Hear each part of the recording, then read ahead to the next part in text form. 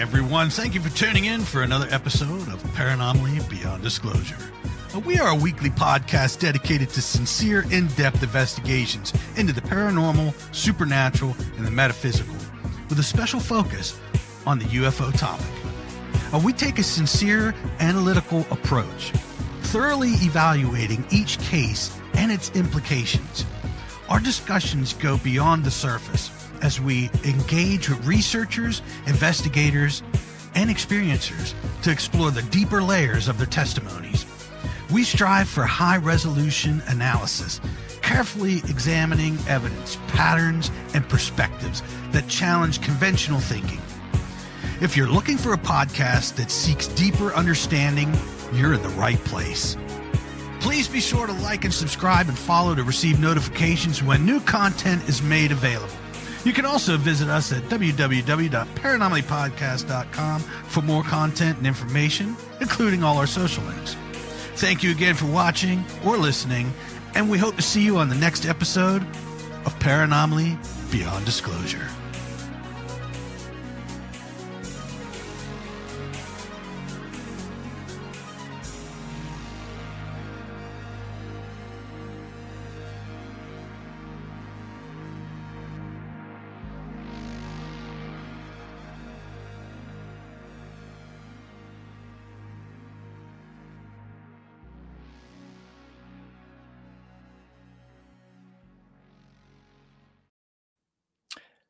Okay, everyone, welcome to the show tonight. So we're going to be doing something a little bit different than normal. So we're having on an astrologer, a Vedic astrologer, whose name is, how do you pronounce your last name? It's Kelly Buchan. It's very Scottish. Okay. I thought and we're just going to have an impromptu conversation, stream of consciousness kind of discourse on astrology. Maybe get into some of the implications that it has on reality, which I think is rarely discussed. Yeah. And let's just get straight into it. Or give us a brief introduction, maybe, and then we'll just dive straight into some questions that I have for you. So my name is Kelly Buchan. I am a tarot reader, Vedic astrologer, and practicing occultist from the northeast of Scotland.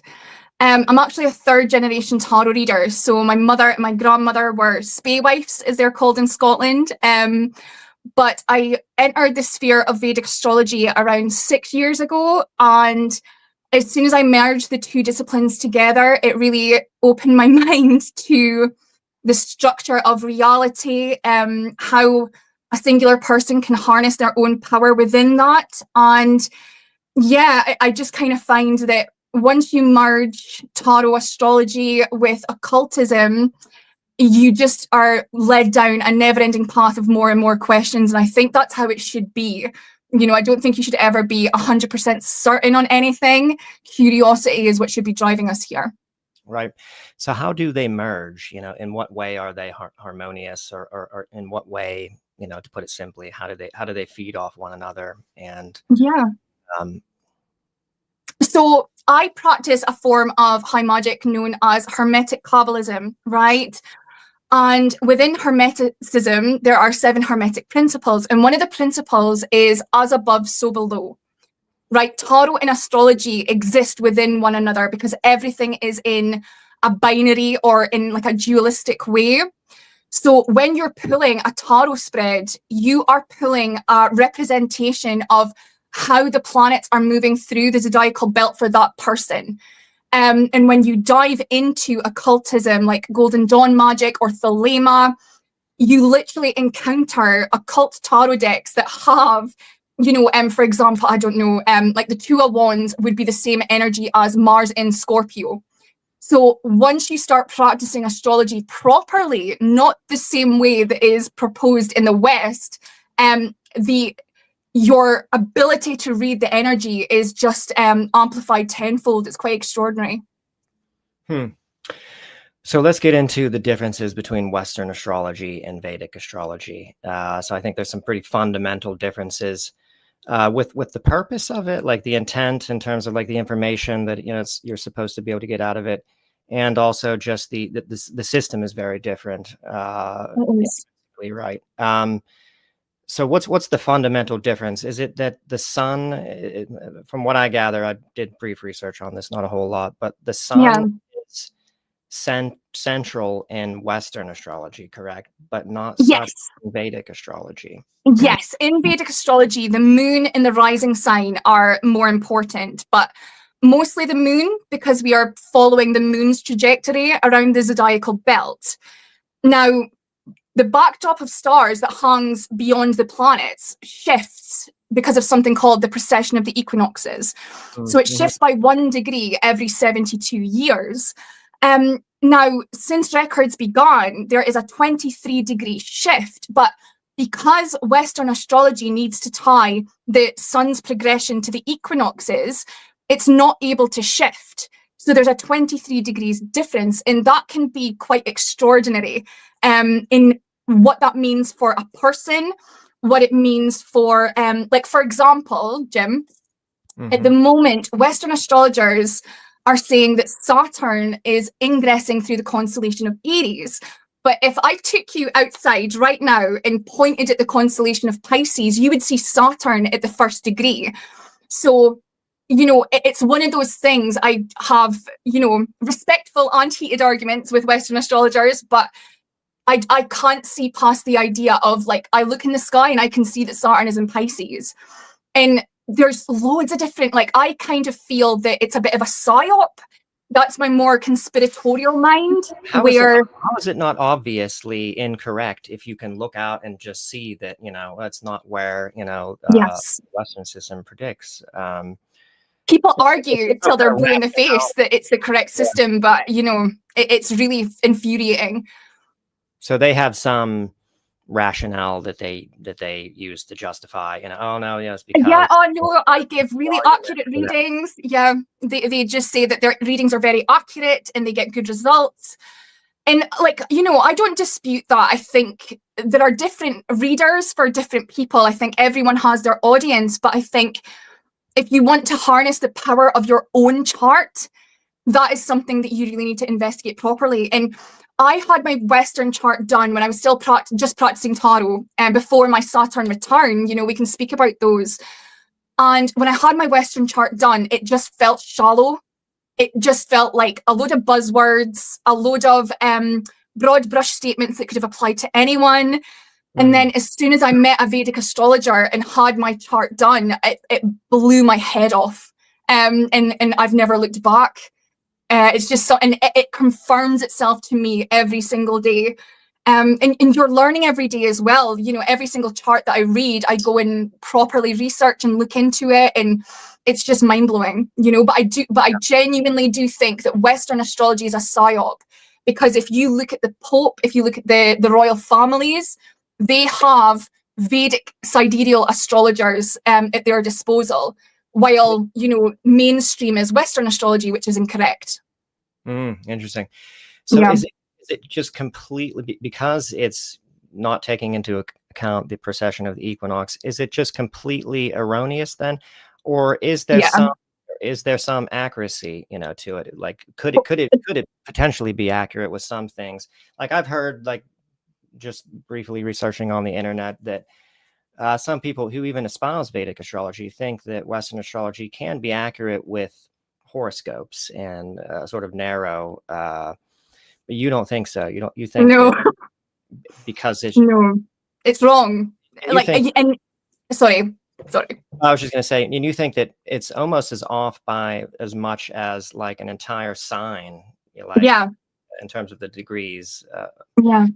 And so why give it 500 years, and the difference will be so obvious that Western astrology will be obsolete. Genuinely. You know, because you can't tell me that a planet is one way in a system, but I can observe it to be in the correct system, you know. And I get stick a lot, especially from my students and stuff. They say, oh, you should be open-minded, because a lot of what I teach is about everyone having their own spiritual path. But I very much believe that as soon as you enter Vedic astrology and start to learn about yourself through that lens, you'll never go back. You just won't. And what are your thoughts on the intent of the psyop? Is it just generally to hobble mankind? You know, astrology would be a very important tool for our spiritual development, and we know the powers that be have it in their interest to stymie us, you know, in that area. So you think it's just largely because they want to inhibit the advantage? I mean, it really depends what we inherently believe. Like and that should always be changing. Should we get more information, we should be able to adjust our perspectives. But I do think that when we can see our charts in front of us, we are looking at our entire life path in energetic form. You know, like if I'm looking at a birth chart, I am seeing that entire timeline of a person. I can see when their greatest challenges are. I can see, you know, what will inhibit their growth. I can see what their greatest strengths are. So if everybody had the power to do that, we would be so free of the shackles of bullshit, of consumerism and all that kind of stuff, that there wouldn't be such a tenuous grip on human society. And if you think about how insane it is that our governments have, so what I need to read a birth chart is a person's date, time, and location of birth. All of those things are stored by our governments to the second of us being born. So they have that power over every single person who registers their birth. But if we can see that for ourselves and understand, you know, because the birth chart really is, it's so closely intertwined with Hinduism, right? So there's a lot of Vedic thought tied in. But the birth chart is something that we can grow out of, you know, like when I'm doing a reading and I'm saying, you know, the moon is this sort of planet for you. It could be your soulmate planet. It could be the planet that you know, for me, it's my Marika planet. So the moon is really working against me, but I can put spiritual practices into place in order to outgrow that hold that the planet has over me. So as we were talking about practicing mindfulness and being able to be non-reactionary to the world around us is a way to wake up, because in the Vedas, this reality, right, the wheel of samsara, the life and death reincarnation cycle, is known as Vishnu's dream. But it's our responsibility to wake up from the dream and to step back from it and think, wait a minute, you know, the external hologram doesn't dictate who I am. I dictate who I am. Considering samsara and that notion of, you know, cycles of life, birth, and death, I've always wondered, do we have the same astrological sign throughout all of these lifetimes, or does that vary? Or are we selecting this pre-birth, you know, what time we're going to incarnate, and so and sort of establishing those? No, and we're not always in this galaxy, you know. It's, right? Yeah. You know, genuinely, we from it, an easy way to explain it to someone who isn't perhaps as conspiratorially minded. You know, time is only linear for the 3D. So as soon as you step outside of whatever this is, if it's a hologram, if it's a constructed reality, you know, I can read your most recent past life on a chart, but I have no real way of knowing whether that past life was actually 300 years into the future or 800 years in the past.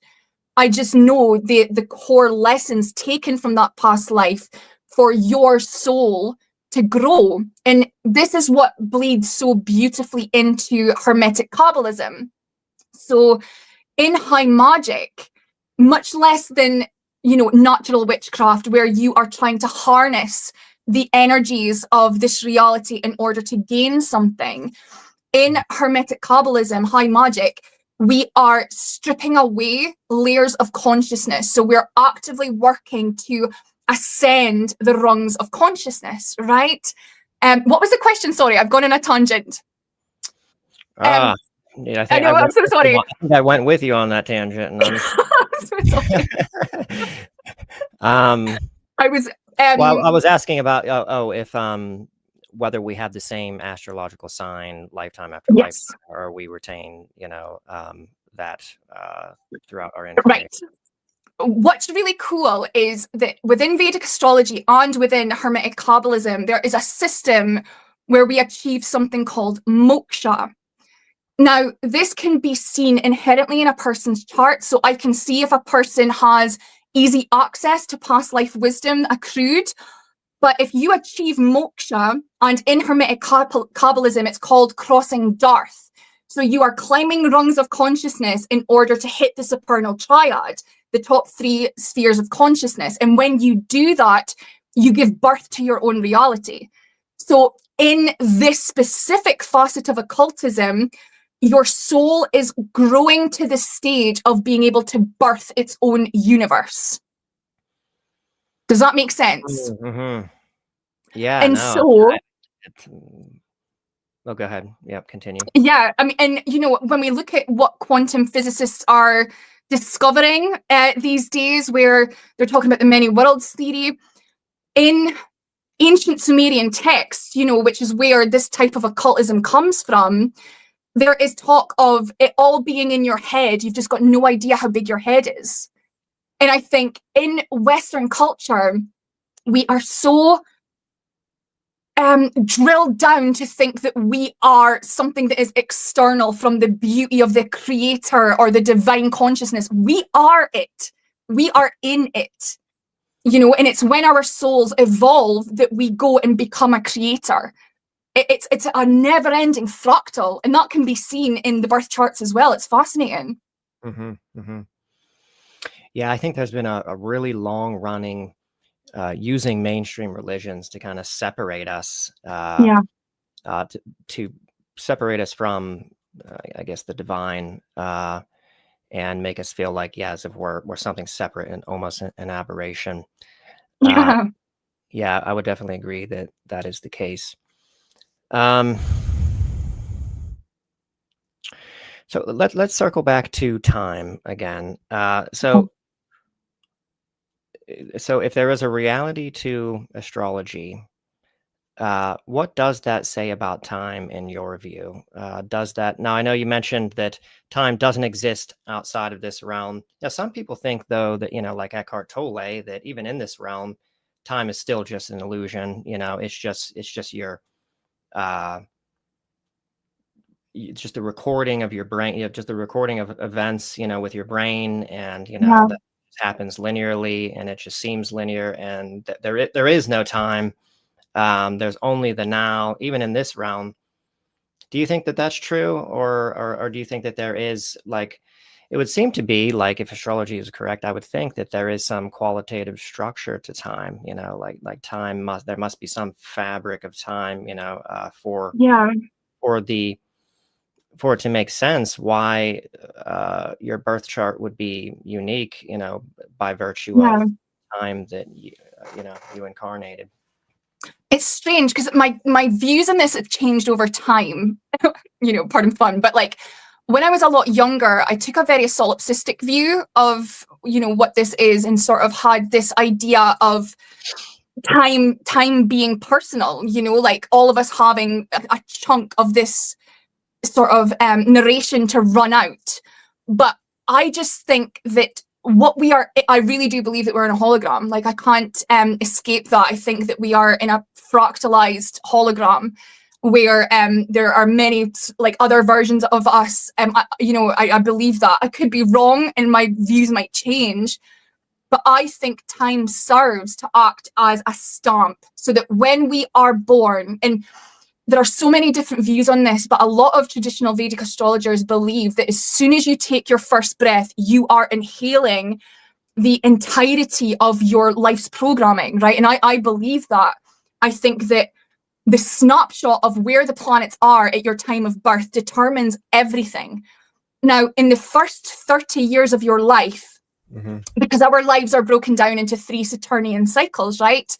Because in Vedic astrology, we don't count the outer planets. They're superfluous. Vedic astrology has been around for 5,000 years. The outer planets have just been discovered, really. So Saturn is the the most important Vedic planet and the slowest moving. So our lives are broken down into 3 separate cycles. The very first of the cycles, we don't have any free will at all. And as a working astrologer, I've seen this so many times where the first Saturn return, so when Saturn comes back and meets himself where he was at your time of birth, 90% of the time, it is unbelievably life-changing. The path that you thought you were on will be thwarted. You're literally going through a birthing process. And then from the ages of like 31 to 36, when Saturn matures, you're kind of getting your feet in what this next 30-year cycle is going to do. So I do think time is a construct, but perhaps not for the reasons, it just makes me feel like of it constantly being reset. Like it's only really important to the people observing it. But really outside of this, it's a completely different thing. I hope I'm making sense. Yeah, I see. Yeah. So do the planets cause, so is it like a causal system in terms of the planetary positions actually causing the psychological traits of the person born at a particular time? Or do they just correlate? Like there's 2 possibilities, it seems like to me, or at least 2. Like one is that they're actually causing it, like it is like the planet or the energy of the planets themselves. Mm-hmm. Or they just happen to correlate, and we're noticing the correlation, and it's not actually causation, in terms of the traits. That's a really interesting question. I think the way I was taught is the same way that you would teach someone how to read tarot, right? The planets are resonating at a certain frequency, right? All of the planets are thought to be conscious beings apart from Saturn, right? But they're all resonating a consciousness. Sorry. Apart from Saturn, I just found that interesting. Not Saturn. Saturn is, in occultism, he is where the entire realm of the matrix is resonating from. So he is the constructor of reality. In Vedic thought, he is the god of karma. All he is here to do is to cause an equilibrium. But the other planets have a conscious energy.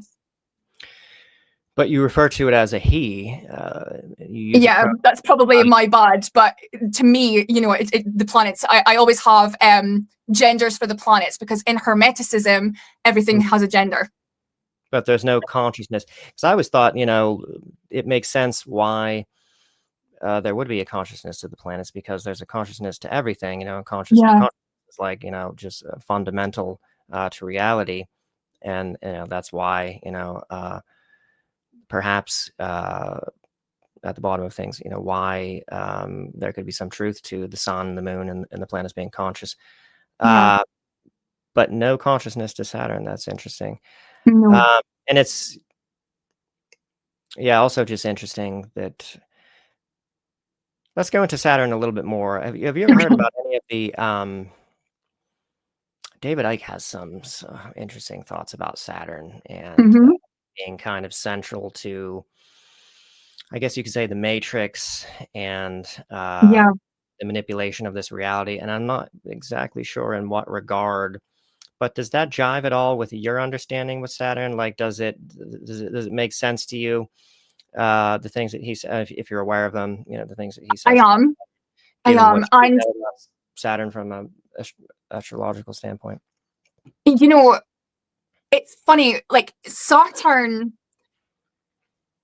in accordance with Vedic astrology, Saturn is all about discipline. He is about patience. But really, wherever Saturn is crossing in your chart, so for example, I'm Taurus rising, right? So for me, Saturn is crossing my 11th house. Saturn will manifest, like he brings down from the abstract into the physical, whether or not you like it. And that's one of the reasons that it's so important to understand your Vedic birth chart, because if you're going through a difficult Saturnian transit, it's so much easier to understand what Saturn is trying to show you. because he is just constantly testing you. He is putting you up against so many different challenges to see if you actually want that thing, you know, or if you are resilient enough to go through the storm to the other side, right? But within occultism, you know, I'm not someone who worships to deities. I don't really agree with that, because I think that deities really are just an archetype. So, you know, you could be worshipping to any archetype. It doesn't have to be a specific deity. But I do believe that Saturn is where this reality is resonating from. I really do believe that for so many reasons. But as I've watched my own, and you know, it can drive you insane, just like any conspiracy theory can, the longer you go down. But being an astrologer, I have gone through periods of my life where I've watched the planets so intensely, I felt like I'm inside a clock. And we really are, you know, like all the planets are all just gears. And whatever Saturn wants for us will happen. That's why Saturn return is so painful. You've got to practice the art of detachment, because from the age of 28 to 32, it doesn't matter if you don't want to lose something, someone, a passion. It doesn't matter. It will happen to you. And you can either go with it and accept blessings from losing that thing, or you can go against it and really hurt, like emotionally, physically, spiritually. It's quite extraordinary. But I really do believe that Saturn is the all-seeing eye in the sky. I believe we are being watched at all times, and I believe that it's the Saturnian energy that is doing so. But it's not conscious, though. No, it's not. But then would then who's doing the watching? Well, that's the question, isn't it? Who's doing the watching? Is it a species of humans that has made this, you know, this reality, or is it a reptilian, you know, species? I'm not too sure. I wouldn't like to say, but we are being watched 100%. Karma is real, and that's Saturn's job. It, just like we wouldn't say that a network broadcast is, or like a surveillance system, that isn't a conscious thing, but there will be a consciousness behind that thing. We just don't know what it is. That's Saturn. But so the presence of whatever is watching us from Saturn and things there is embedded into the astrological system somehow, you know, is woven into the system of astrology.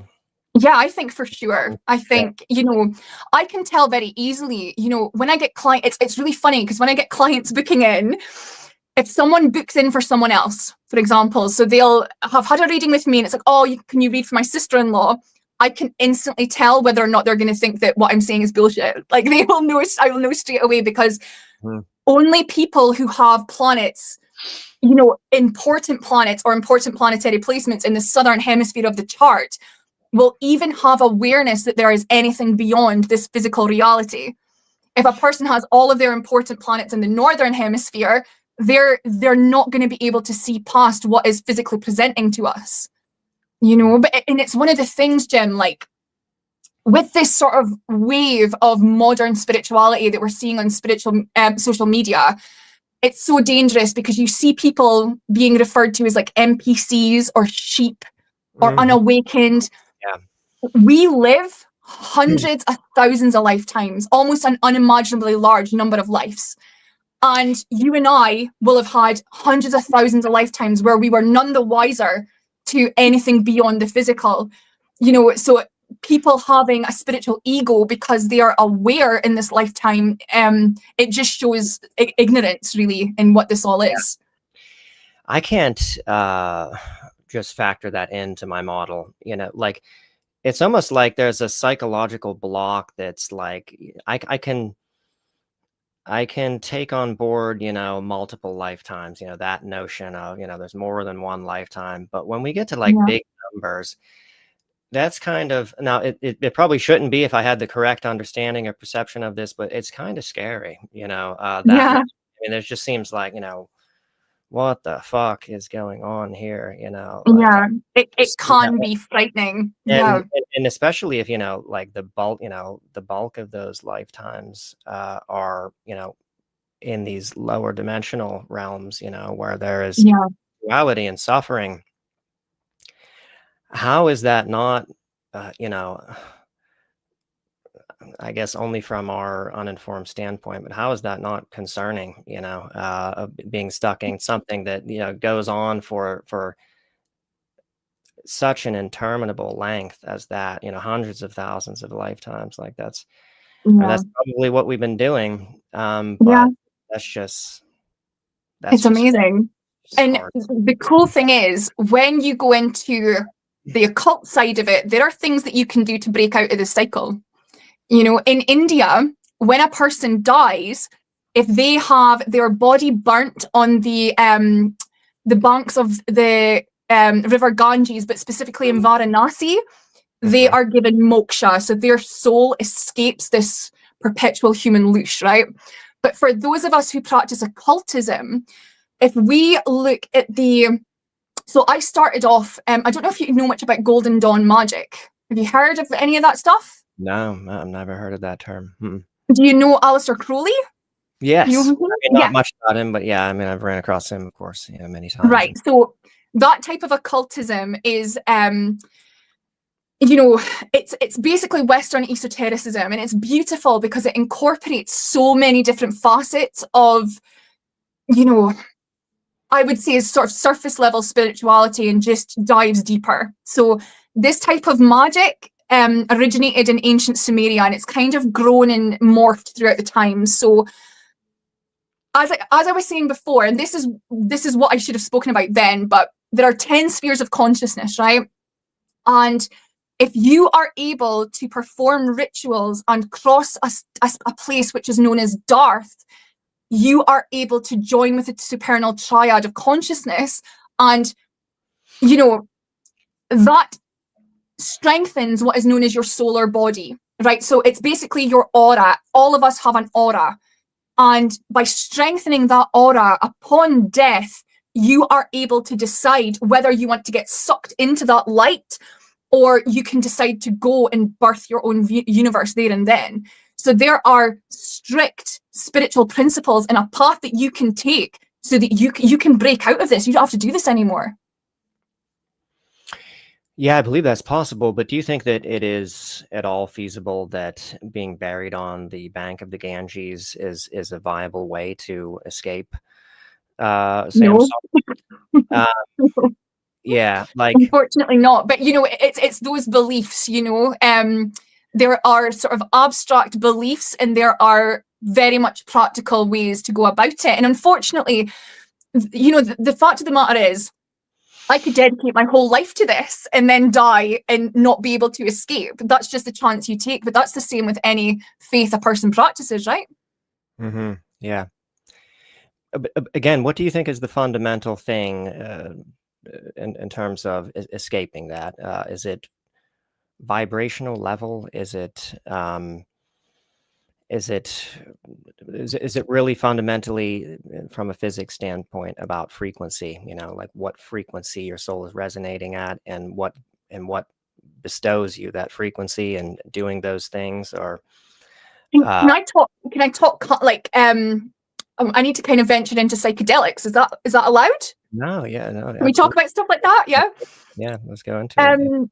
So there's a lot of correlation between what happens when you meditate for prolonged periods of time, when you are engaging in these very rigid rituals, and you know what happens when you sleep and what happens when you die. It's all about DMT. So when you hear people talk about their chakras aligning or opening up their kundalini, they're literally talking about releasing DMT and it traveling down their spine.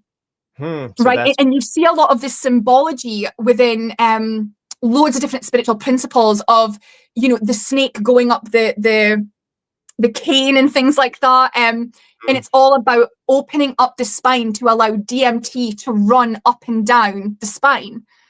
And I don't know if you've ever done any psychedelics. Have you? Yeah, I've never done DMT or ayahuasca, but I have done psilocybin and LSD a couple times. Yeah, Well, amazing, right? salvia divinum, which I had probably the most extraordinary experience with.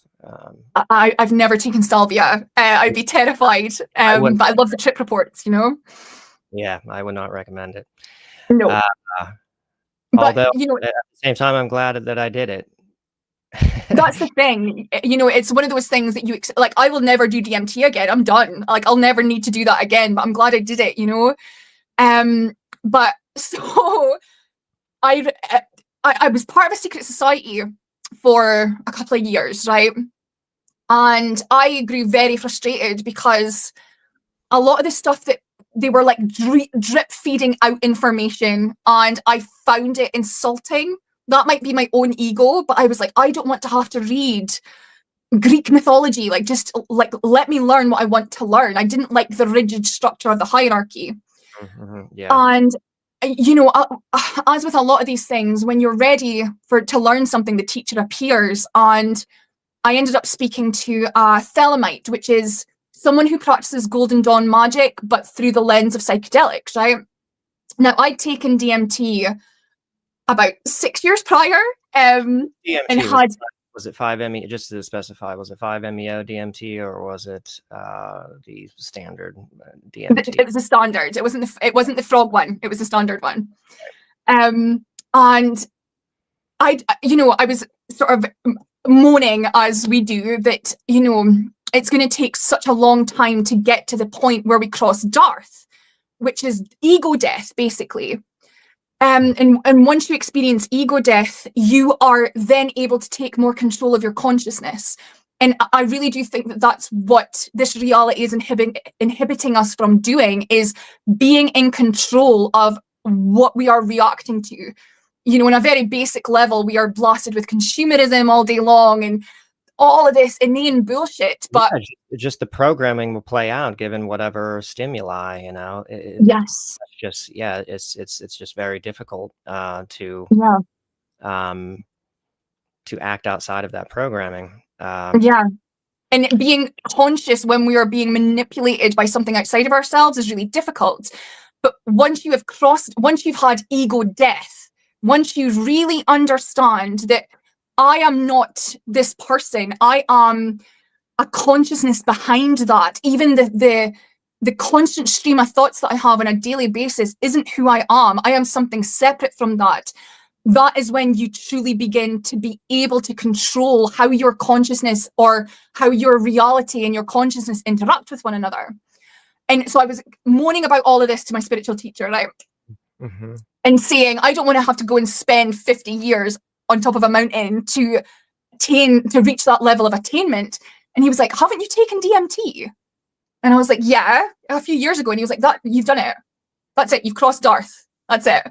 And my mind couldn't figure it out. Like, spiritual disciplines are, 40, 50 years long, but one dose of DMT, you have that spiritual ego death, and you understand what this is. It's a construction. Because the thing that you see, and I'm sure you felt the same on salvia or on mushrooms, where it's like, what I experience is more real than this, because you see everything in so many more dimensions. Yeah, a little bit. Salvia is very weird, but doesn't your ego just reassemble itself the moment you come back down to earth? Isn't that sort of typically what happens? And you may be imparted something from that, that is beneficial going forward. But doesn't it seem to you like typically the case is that, your ego just rebirths itself the moment the drug stops taking effect? And which is extraordinary, really, when you think about the resilience of ego, because I know, like, I've for over a decade, I've been studying these things. I'm well aware, that we're thoughts, that we're not our ego identity, and that we're pure consciousness. I feel like I truly believe that. Yeah. But my ego is still there, running strong. Despite that, it doesn't seem like any further knowledge about this or awareness of it. Maybe I should be careful with that term, awareness, but it just doesn't get me there. It doesn't do it. And it seems like psychedelics for me, although I don't think I've ever actually had a proper ego death Yeah. from psychedelic. Salvia didn't take me there. I was terrified, and I had some insights into, I think, non-physical realms, and the possibility that there's like in between, almost like quasi physical, non-physical realm that I felt that I was inside Yeah. during the salvia experience. But I did not have ego death from that. You definitely have some humbling moments, where you don't feel egotistical, and you feel, terrified. Anyway, sorry. No, not at all. But like, you said, but my belief persists even through that. Like, do you realize how important that is? Like you've already broken it because you believe something that this entire reality is telling you is nonsense. Well, yeah. Everything is constructed to tell us that it's nonsense. Right. And that's kind of like what Eckhart Tolle says. Like, eventually, like, it's just a thought. The ego, it just becomes a thought pattern, but it still sort of plays out and does its thing, and you're still kind of caught in the possession of it, for most of your waking life, even though you're aware that it's not real, that it's a mental construct, and that it doesn't reflect the real reality of who you are. It still kind of takes hold of you, for me anyway, for most of the day, if I'm doing, mundane things, like I'm under the grip of ego, and it's like, there's some punctuation, that happens, that I can kind of bring about, kind of, maybe meditation, or just taking a breath and just realizing that, like, all these thoughts that I'm identifying with here, are just, appearances in consciousness, and I can kind of step back. But in the next moment, you're gone again. That's my experience. I don't know if that's does that not seem like it correlates with your experience at all, or what would you say? I mean, I'm really lucky that I do this for a living, so I feel like I can be in the I can be hi. I can be outside of this, a lot more easily than a lot of other people can. But essentially, the ego is what is needed to be able to participate. I feel like in a lot of ways, if we didn't have the ego, we would end up insane, because we need to have something to graft this experience onto, because otherwise we just feel like we're stuck in this mind prison, Right. And just practically speaking, just interacting with other human beings, like, you kind of have to be like within some kind of ego identity in order 100%. to, make do, with social situations, or just survive them, or not be put into an insane asylum. And that's the ego's job, that, and that is what we are breaking free of. It's almost like the ego is the goggles through which our eyes are glued to. And then for a lot of people, once you have spiritual awakening or Saturn return, we suddenly think, oh my goodness, there's more outside of this tunnel vision that we are being forced to look through. Yeah. It's strange, isn't it? Yes, very much so. Anyway, Todd, do you have any questions that you wrote down, or anything that maybe you could get it? We're not probably going to go for maybe an hour, or. I have all my stuff in a note, so I will just make it work whenever we get close to them questions. Or I would like. Sorry. Go ahead. I would just like to say, I gave both of you guys like an astrological rundown of your charts. Like, did it resonate? Like, did you feel as though a lot of it made sense for you, or how did you feel about it? I didn't even get mine yet. I sent it to you. Well, I was sleeping. Let me see here. That's okay. I just thought it'd be interesting to have to think about what it is that you can receive from a birth chart, really. Well, I can tell you what my reaction was, I guess, then, or if you wanted to bring up also, maybe in real time, some of Todd's, and unless you don't want to go through that in public, Todd.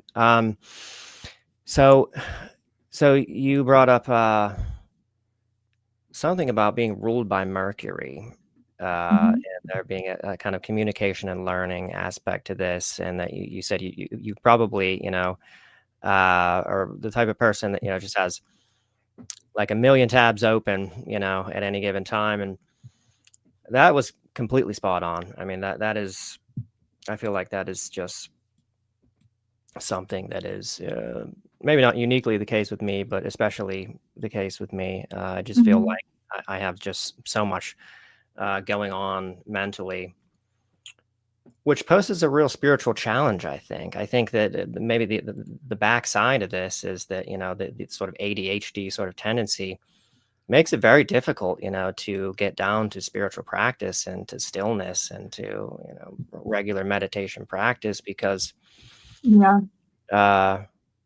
just because of the prevalence of the thoughts going through my head. And because that is something that you need to be able to harness throughout your entire life, because as I mentioned, in our charts, there's something known as the Atmakaraka, which is the soul signifying planet. And as we discussed, we have hundreds of thousands of lifetimes down here. So we have lived every way you could imagine. We've been everything. We've, in a way, in occultism, we are all one consciousness, so you can look around and think, I have lived every single life, really. But to understand what it is we are here for, specifically what this is, it's the Atmakaraka, the soul signifying planet. So by analyzing your Vedic chart, we can see what it is that you are here to achieve within the learning spectrum of the soul's development, and also like what can be holding you back from that, like what illusion you need to break out of to be able to achieve that inherently. It's really interesting. Yeah, absolutely. And so you said there's a lot of karma sitting in my sun sign. What does that mean exactly? Is it, when you say a lot of karma, does that mean I have a lot of karma, or you just mean I have a lot of karma in the sun sign? Specifically in the sun sign, yes. Okay. So because there's a lot of misconceptions of karma, in Western culture, because karma simply means action. And as we spoke about, Saturn's job is to create an equilibrium, and that is, he needs to create a balance with the strings. Have you ever heard of the idea of Indra's net, where everyone is connected with, these spiritual strings, these threads? There needs to be a balance and an equilibrium along this spiritual thought. So if there has been a disturbance in a past life, in Buddhist thought, we all have an insular 15 people of souls we interact with time and time again. So we can see that as our family or our soul tribe. But if you have karmic energy with your sun, specifically, because yours is Maraka, which is like your destructive planet, it means that in this lifetime, you need to create a harmony with how the sun is resonating within your life. And again, this is all about the solar plexus chakra. It's as above, so below, because how the sun is moving in the sky will be how you react to that movement here. So understanding what the sun is doing in your chart, how it's affecting you, will help you unhook from the maybe more negative connotations of what that planet is doing for you. Okay.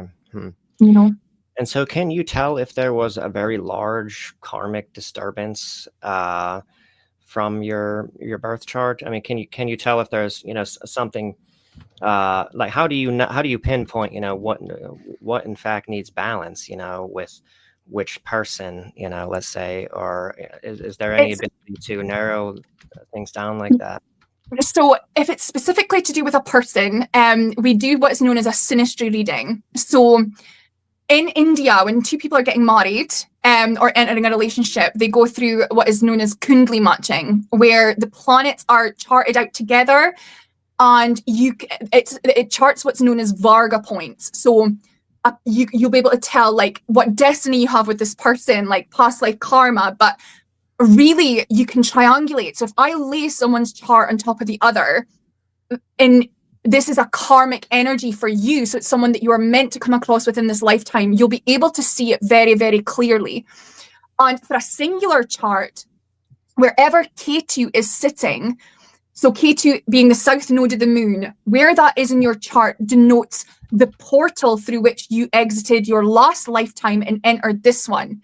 So it almost tells us, like, right, what was going on in the past lifetime, what resonating energies might there still be.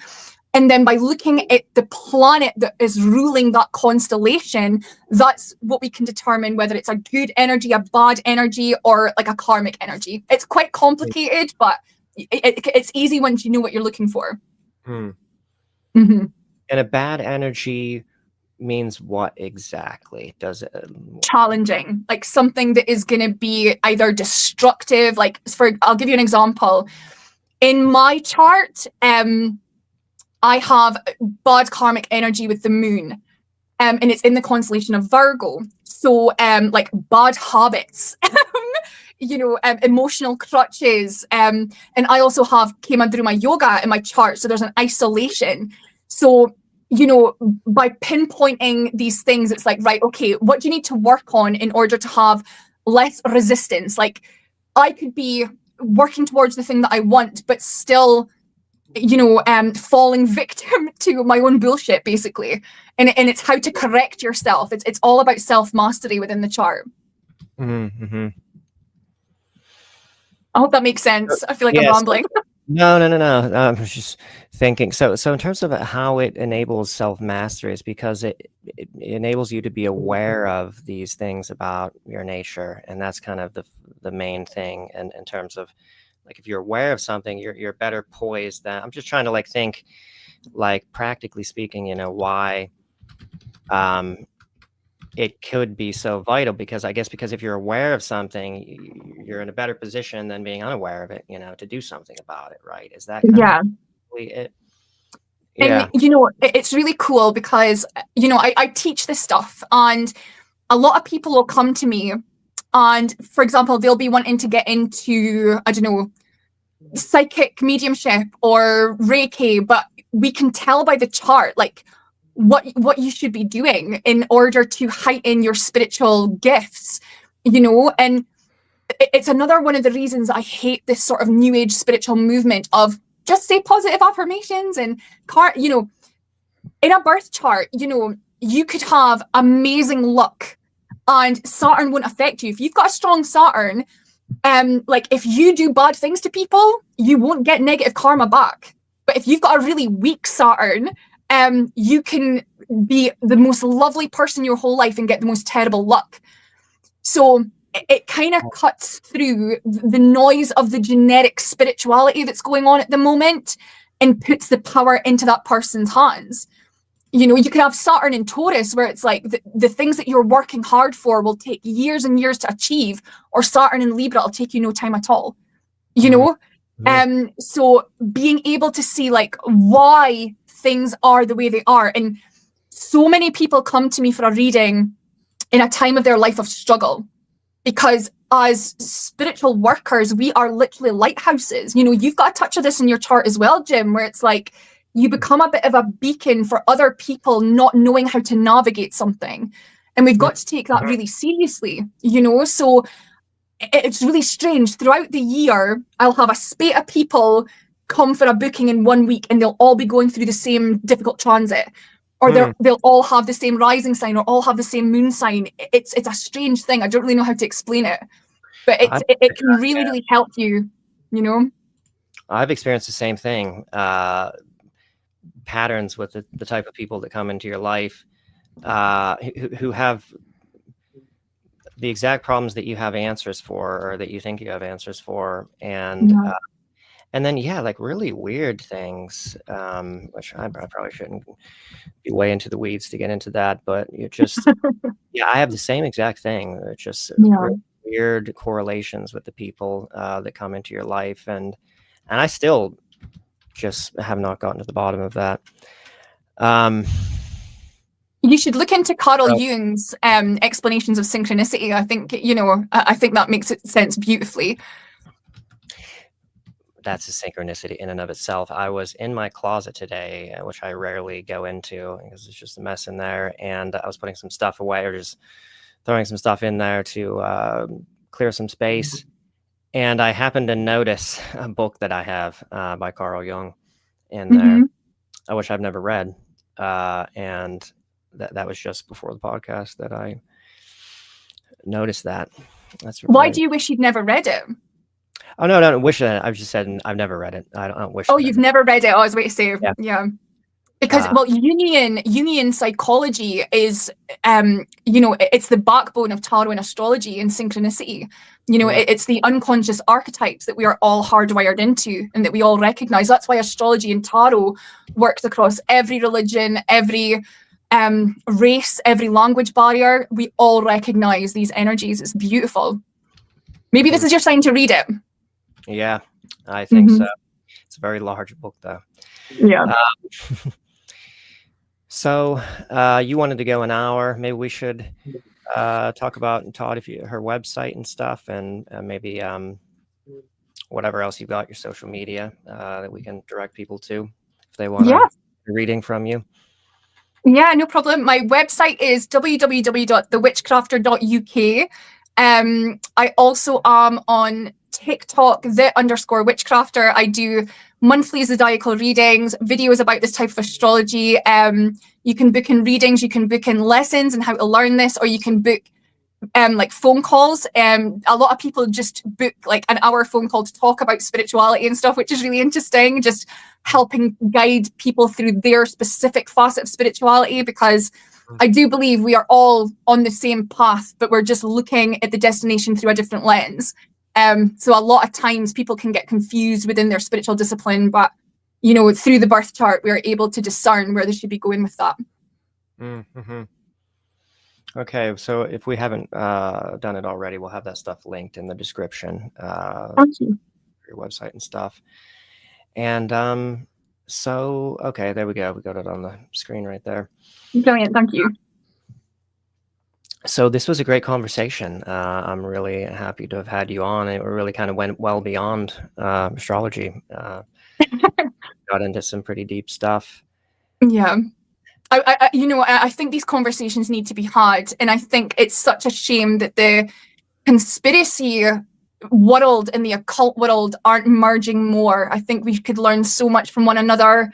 I think that once it's understood the occult systems that the people in power are using, we just regain more power. So I could talk about this stuff for hours and hours. And yeah, it was a lot of fun. Right. And if we know that they have manipulated astrology and have watered it down, with the Western version, there's just probably a lot of people, who aren't thinking about,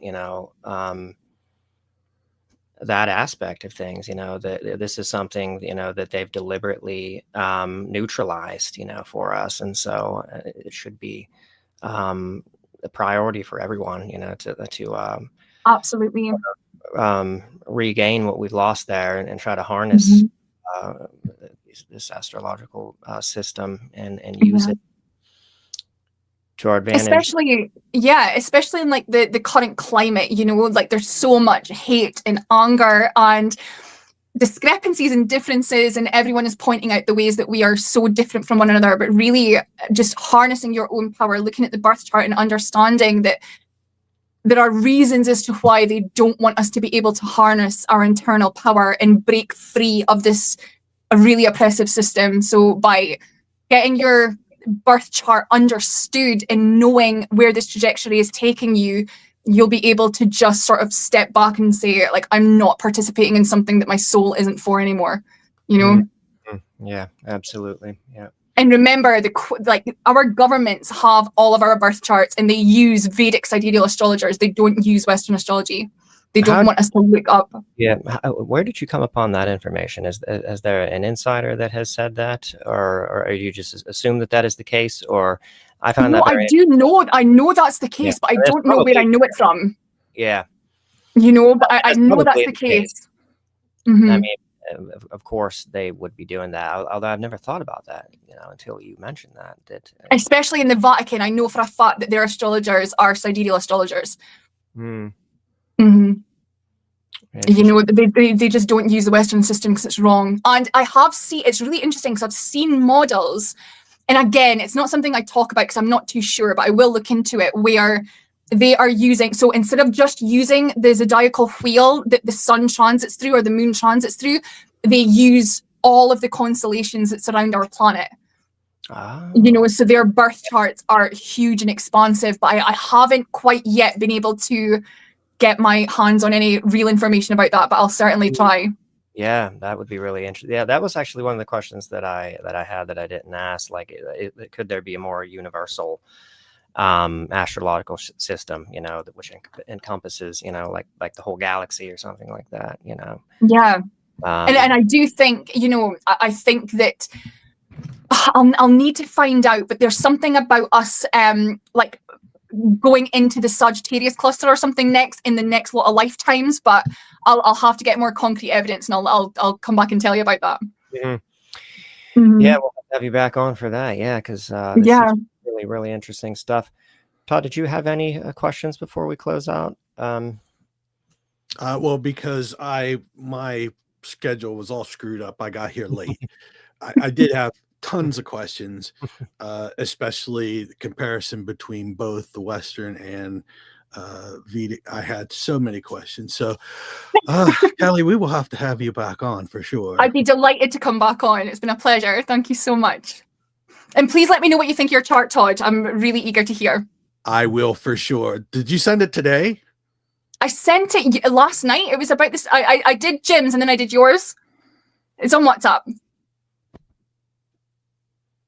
It's just like loads and loads of rambling voice messages from me. I got no. That's I thought they were very, very well done. I just want to say, like, the amount of like enthusiasm you have and passion that you put into it was really unique. Like I said, I've never gotten a reading like that before. Like, you just have a really great way of relaying all that information, you know, and it just feels, really special. I'm very interested in what Mike says, because I have my birth chart done Western style. So it'll be very interesting to see the difference between both styles. So yes, I'm definitely very very into this, and I'm sorry that I had to come on late. No, I'm just pleased to meet you. I'm genuinely, I'm just pleased to say hi. And I'd love to come back on and we can do more. That'd be great. Absolutely. Yeah. I think we could do that. What do you think, Jim?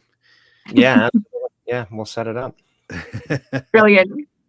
Well, listen, if you've got any questions about your charts later on down the line, like, don't hesitate to reach out, because like, I know, like, I live for this stuff. This is what I live and breathe every single day. I do this as a full-time job, and it's in my chart. You know, this is what I'm here to do, to help people understand their charts and the occult a little bit better and make it so that it's not so scary and unapproachable, because I understand the occult can be intimidating, but it really shouldn't be. It's all about harnessing your own power, you know? Mm-hmm. Unless you're messing with Aleister Crowley stuff, right? Well, I seen that. I'm like, oh boy, I would buy one of those, and then I'm like, no, maybe I wouldn't. Oh, I know, I do. I sell vials of like necklaces with Aleister Crowley's ashes, like the ash from his houses. And let me tell you something, right? You feel powerful wearing those. Like, there's something about the energy.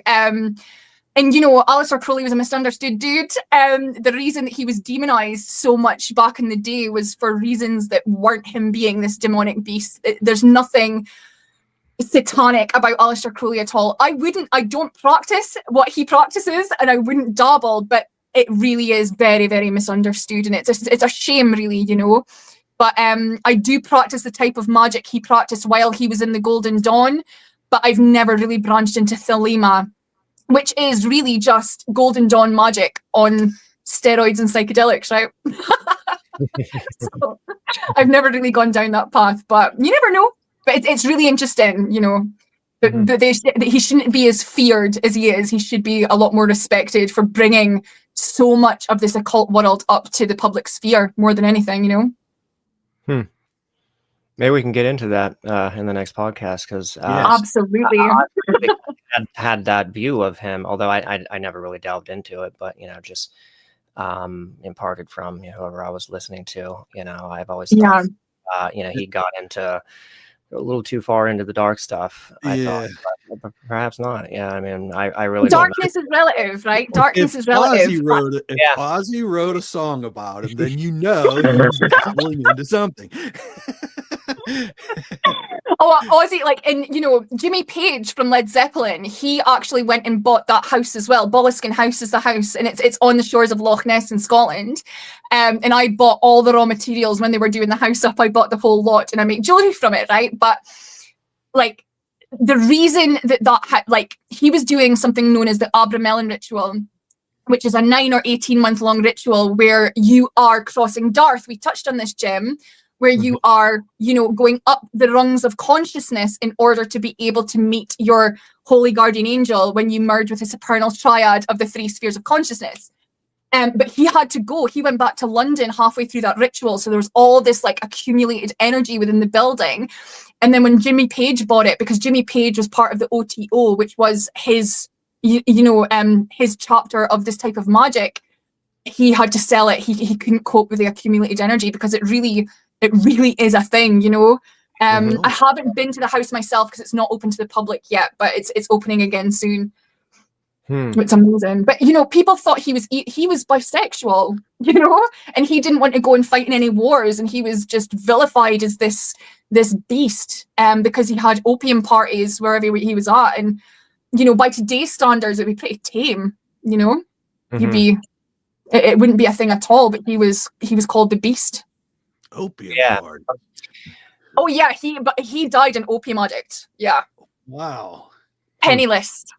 Penniless and addicted to opium. Yeah. Well, that's awesome. I definitely am looking forward to having you back on for 2 hours next time. Definitely. Sounds good. So we can cover a lot of this, because this is so fascinating, between the astrology, your paranormal experiences. I definitely want to hear about them, what got you started, everything, including any Loch Ness stories you might have. So. I don't have any Loch Ness ones, but I've got plenty of paranormal stories. Like, people pay me to read spirits out of houses. So yeah, I've got stories galore. Yeah. Nice. It's not a lot of fun, but it's necessary sometimes, I am definitely down for talking to you on this subject. Sounds great.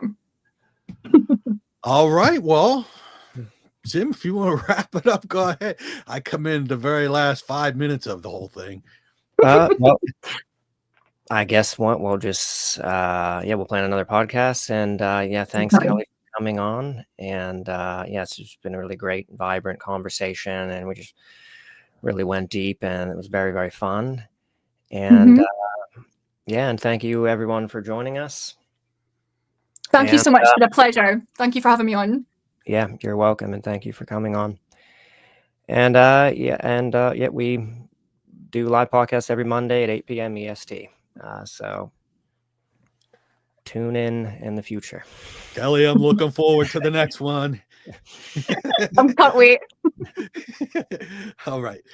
Bye-bye now. Bye now. Thank you.